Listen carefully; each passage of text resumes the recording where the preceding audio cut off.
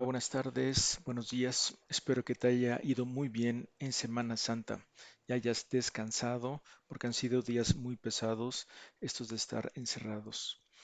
Y el tema de hoy, el 25A, hay 25A, 25B, los dos en una sola hoja de trabajo, como bien te acordarás, es la oración en la vida cristiana.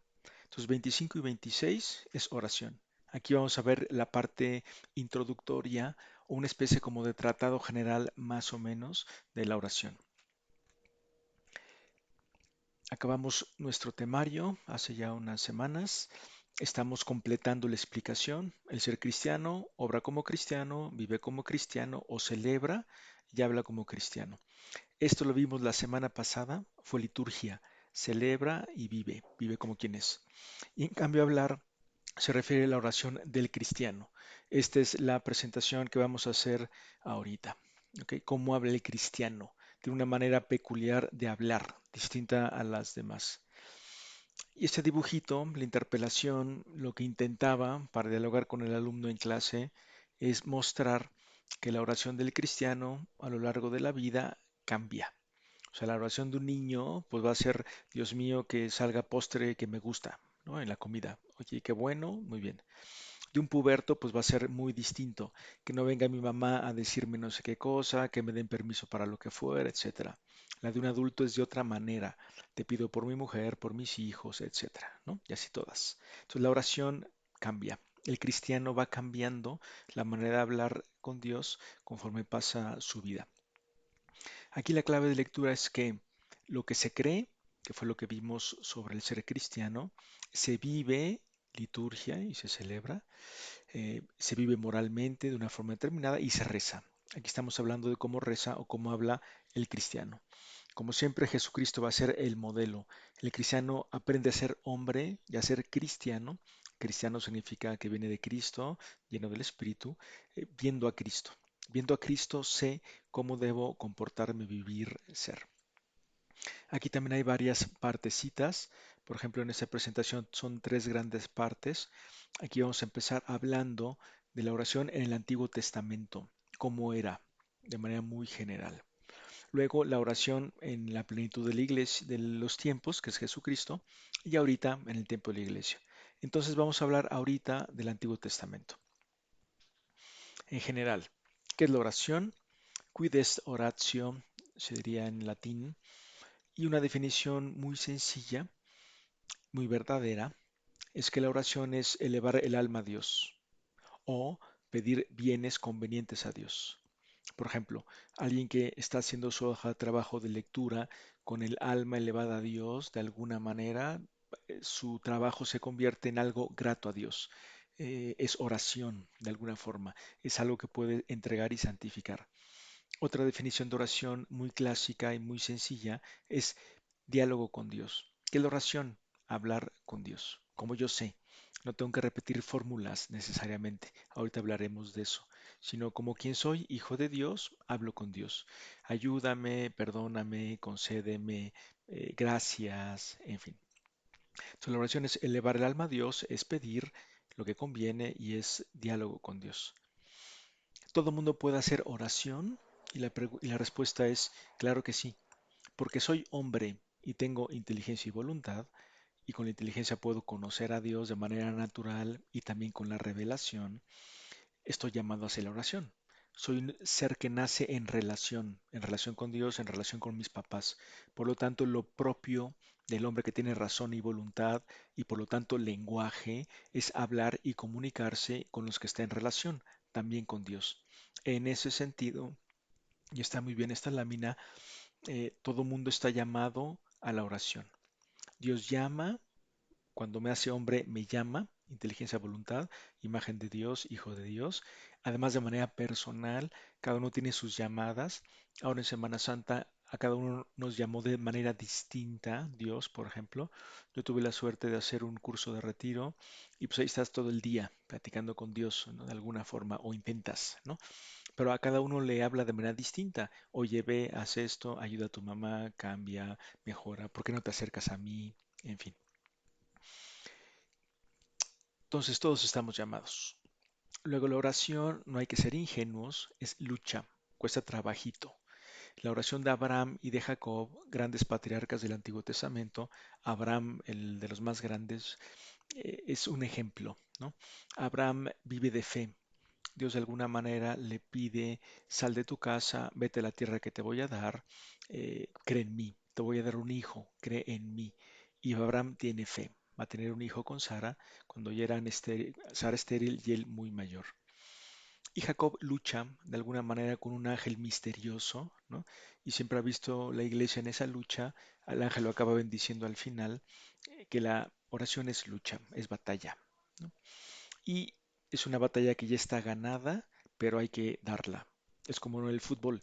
Si tú tienes un equipo muy bueno, pues ya ganaste el partido. Ya vas ganando 2-0 o 3-0, pero faltan unos minutos. Bueno, juégalos. La victoria ya está conseguida, pero hay que acabar el partido, ¿no? Si eres del Cruz Azul, no es el caso. Luego la oración es de intercesión. Y un ejemplo del Antiguo Testamento grande es Moisés. Moisés va a ser una persona escogida por Dios para guiar a su pueblo fuera de Egipto, de la esclavitud de Egipto. Lo va a dirigir a la tierra prometida. Pasarán 40 años en el desierto. Y Moisés va a ser el ejemplo, va a ser figura de Cristo. Y Moisés lo que hace es pedir por el pueblo.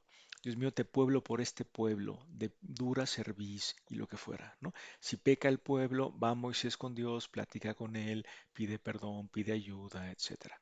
Él intercede por su pueblo. Jesucristo va a ser ejemplo claro de oración y de intercesión, da su vida por los hombres. Y luego la oración del Antiguo Testamento se va desarrollando en donde está Dios. ¿Dónde está Dios? En el arca. Donde está el arca hay una nube que significa la presencia de Dios. Se le cuidará en un tabernáculo, luego tendrá un lugar ya definitivo en el templo. Y eso es como educativo o pedagógico en la oración del pueblo judío. Va a alabar a Dios donde está Dios, en la alianza, perdón, en el arca de la alianza, en el templo. Y luego hay los reyes, ¿no? Y los profetas que van ayudando a que ese pueblo ore a Dios, ¿no? Culturilla bíblica, aquí ve el Arca de la Alianza, este es el templo, una reconstrucción de Jerusalén. En el Antiguo Testamento, hacia el final, después de los patriarcas, Moisés, vendrán los profetas. Y los profetas lo que hacen es llamar al pueblo a que se convierta. Es decir, no te vayas con los ídolos y diosesillos de otros pueblos. Tú, Israel, eres un pueblo que ama a un único Dios, al Dios verdadero. Los demás tienen dioses varios y no tienen al Dios verdadero. Pero no te vayas con la finta. Tú sé fiel a Dios, sé fiel a su alianza, sé fiel a sus mandamientos, etcétera. Entonces llama a la conversión una y otra vez. No te olvides, eres el pueblo de la alianza, de ti vendrá el Mesías. Los salmos son una joya, están en la Biblia católica más o menos en el centro, son como 150, 151, no me acuerdo, y es una obra maestra. La iglesia actual sigue orando a diario con los salmos. En la misa, si uno va a misa y vas entre semana y hay tres lecturas, Antiguo Testamento, luego salmos y ya el Evangelio. Pero siempre se reza un salmo. La liturgia de la iglesia, cuando reza la liturgia de las horas, esa fue la clase pasada, que hay vésperas en la mañanita, maitines, completas, etcétera, a lo largo del día, siempre hay salmos, muchos salmos. Y el salmo es una manera muy sencilla de hacer oración, porque el salmo ya te la da hecha, es un poema de acción de gracias, de intercesión, de petición de perdón, etcétera. Y lo reza cada uno, pero además lo reza de manera comunitaria, como en la misa, que se reza, se lee el salmo y se contesta todos. Cada uno contesta, pero también contesta toda la comunidad. Igual en la liturgia de las horas, cuando lo rezan los religiosos juntos, ¿no? O los laicos juntos en las vésperas. Cristo rezó los salmos. En la cruz, cuando dice, Dios mío, ¿por qué me has abandonado? Está rezando el Salmo 22, que es un salmo mesiánico. En la última cena reza los salmos correspondientes a la Pascua judía. Es decir, es un judío, bueno, es Cristo, y reza con esa oración grata a Dios que son los salmos. Ok, hablando de la oración de Cristo en la plenitud de los tiempos, aquí cambia.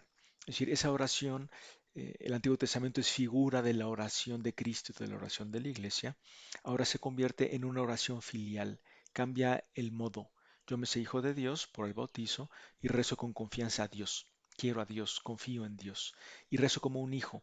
Un niño no es complicado para pedirte las cosas. Papá, dame pan, papá, tengo sed, papá, lo que sea. Y sabe que su papá se lo va a dar y se lo va a conseguir. El cristiano reza así, con esa confianza. En el Antiguo Testamento, el Dios poderosísimo, pues lo rezabas de una manera como muy formal a veces, ¿no? Aquí cambia. Jesús es el Hijo de Dios, el cristiano es el Hijo de Dios. Y el Hijo lo que hace es, quiere hacer la voluntad del Padre y a la vez tiene confianza con el Padre. Y sabe que va a ser escuchado. Ningún papá te deja de escuchar, salvo que sea muy malo, muy gacho, ¿no? Jesús dijimos que es el modelo. Él va a instruir a los discípulos cómo orar. Algunas veces le dirán, Señor, enséñanos a orar. Les enseñará el Padre nuestro. Pero les enseña a pedir con un corazón limpio. Lo importante es lo que Dios quiere, que es lo que a mí me conviene. Que sea viva, que sepas que Dios te lo va a conceder, porque Dios te da la fe para que pidas así. Obviamente te va a conceder lo que más te conviene. Si pides que te dé, que conceda la rifa del avión presidencial, pues no te lo va a conceder porque es lo peor que le puede pasar a uno. ¿Qué hago con un avión, no? Pero si pido lo que me conviene, Dios me lo dará. Y soy hijo de Dios y pido con audacia, dame la luna, dame el cielo, dame la conversión de todos los hombres, etc. Entonces Jesús enseña a orar como hijo. La oración de la Virgen María es un ejemplo. Dios la invita y ella responde con generosidad. En la Anunciación, cuando dice el ángel, hágase fiat, hágase en mí según tu palabra, es un ejemplo. Así debe responder pronto, con fe viva, con alegría, con entrega de la vida toda a Dios, ¿no? Entonces es un ejemplo para el cristiano. La oración en el tiempo de la iglesia es lo que nos resta en esta primera parte. Ahí el gran actor es el Espíritu Santo. Cristo enviará al Espíritu Santo en Pentecostés, la iglesia lo tiene y el Espíritu Santo ahora guía a su iglesia y a cada cristiano. Entonces el Espíritu es el que va enseñando a la iglesia cómo rezar. Si Cristo es el que está lleno del Espíritu, la iglesia está llena del Espíritu, luego la iglesia aprende a rezar como Cristo, ¿no? Porque tiene el Espíritu, precisamente. Va educando en la manera de hacer oración, ayuda a que se vivan estas formas de oración, bendecir, pedir, interceder por el otro, dar gracias, alabar, ¿no? El cristiano bendice a Dios porque es Dios, es decir, bien dice, pide por él, pide por los demás, da gracias por lo que tiene, alaba a Dios. Son como manifestaciones y expresiones clásicas de oración. La bendición, ya me adelanté, es decir bien de Dios. Dios bendice al hombre, como los sacramentos primero, y luego el hombre responde a Dios y el hombre bendecido por Dios puede a su vez bendecir a Dios. Digo bien de Dios, bendigo. Los papás bendicen a los hijos, por ejemplo. En la misa se bendice al final al pueblo. El cristiano bendice a Dios. Bueno, pedir es eso, pedir a Dios lo que necesito. Y lo más importante es, perdóname, que se haga tu voluntad en tu reino, ayúdame, ¿no? Y eso es como muy espontáneo, casi siempre es lo que hace uno. Dios mío, que me vaya bien en el examen, Dios mío, que lo que fuera. Interceder es pedir por el otro, ya lo dijimos, y eso es muy grato a Dios. La oración que Dios escucha siempre es la de los enfermos, de los niños y de los sacerdotes y las vírgenes consagradas. Esa es una oración muy grata a Dios. No quiere decir que nuestra oración no valga, pero esa oración Dios las escucha de manera principal, son los pobres. Y luego dar gracias. Debería ser el primer movimiento. Gracias Dios por todo lo que me has dado y luego ya te pido lo que sea. La misa, Eucaristía, significa acción de gracias. Es una gran acción de gracias. Alabar es eso, es hablar con Dios y decirle que es Dios y porque Él es Dios, lo alabo. En eso los evangélicos son ejemplo, ¿no? Los pentecostales. Alabaré, pues es eso, alabaré a Dios porque solamente Él es Dios. Aquí estuve buscando la actividad en internet, solamente encontré y está padre la banda sonora, entonces qué penita, no pude conseguir la película. Pero se ve muy bien como Senna, muerte trágica en un accidente, no nos interesa ahorita ver el tema de la peligrosidad de la Fórmula 1, era un hombre religioso, la verdad. Y ahí se veía bien cómo su mamá pedía y él pedía. Y en la oración de la mamá, en una entrevista que le hacen, uno aprecia qué tipo de oración tiene. Va a dar gracias a Dios por su hijo y por un año bueno de su hijo. Luego va a pedir ayuda para que no le pase nada, etcétera. Bueno, aquí le dejamos la 25A, sigue la 25B. Entonces seguimos. Sigue siendo la explicación general de la oración. Aquí no lo brincamos. Esto, aquí hay de todo, pero ¿quién te enseñó a rezar? Casi siempre es la mamá. A veces es el papá, pero poco. Como que la mamá, o ahora en este mundo, los abuelitos son los que enseñan a rezar, ¿no? Entonces uno necesita de una guía que te ayude a rezar, si no es difícil. Así como necesitas el instructor en el gimnasio, pues aquí necesitas una guía para hacer oración. Hay coaches, hay maestros espirituales de oración, de esos vamos a hablar. Entonces, ¿quién enseña a rezar? El Espíritu Santo, ya lo dijimos, es el que habita en el cristiano y en toda la iglesia y nos hace rezar como hijos de Dios, porque es el Espíritu del Hijo, del Espíritu de Jesucristo. ¿De dónde saca el cristiano ideas para la oración? De la palabra de Dios, la Biblia, lo que oye en la misa, eso le sirve para hacer oración. De la liturgia de la iglesia, si lee la liturgia de las horas, toma ideas para rezar, lo que le pide su fe, su esperanza, caridad, el corazón, en fin, se habla de fuentes de oración. Habrá otras fuentes también, como la vida ordinaria, por ejemplo, mi mujer, mis hijos, te pido, etcétera.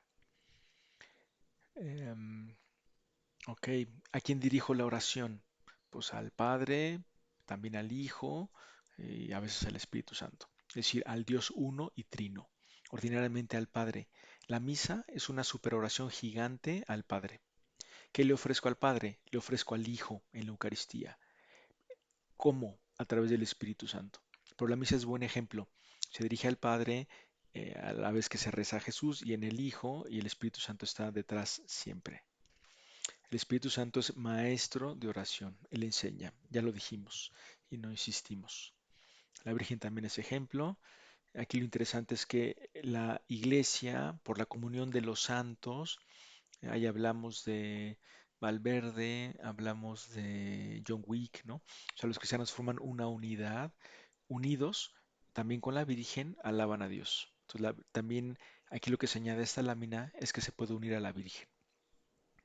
Hay maestros de oración. ¿Quiénes son? Pues los santos. Cada santo tiene una manera propia de hacer oración, igual que nosotros. Cada uno ora de manera distinta. ¿Por qué? Porque cada uno es distinto y la relación con Dios es distinta, es personal la de cada uno. Entonces cada quien aprende a rezar. Y hay santos que nos acomodan más. Uno puede aprender a rezar como Santa Teresa de Jesús, Santa Teresita, la Madre de Calcuta, etcétera. Hay muchos santos y uno puede usarlos de ejemplo. Hay diferentes también tradiciones, digamos, como de rezar. Tradiciones en órdenes religiosas, en parroquias concretas, en Oriente o en Occidente, cada uno tiene su estilo. Oriente es muy cristológica, muy neumatológica, muy Espíritu Santo.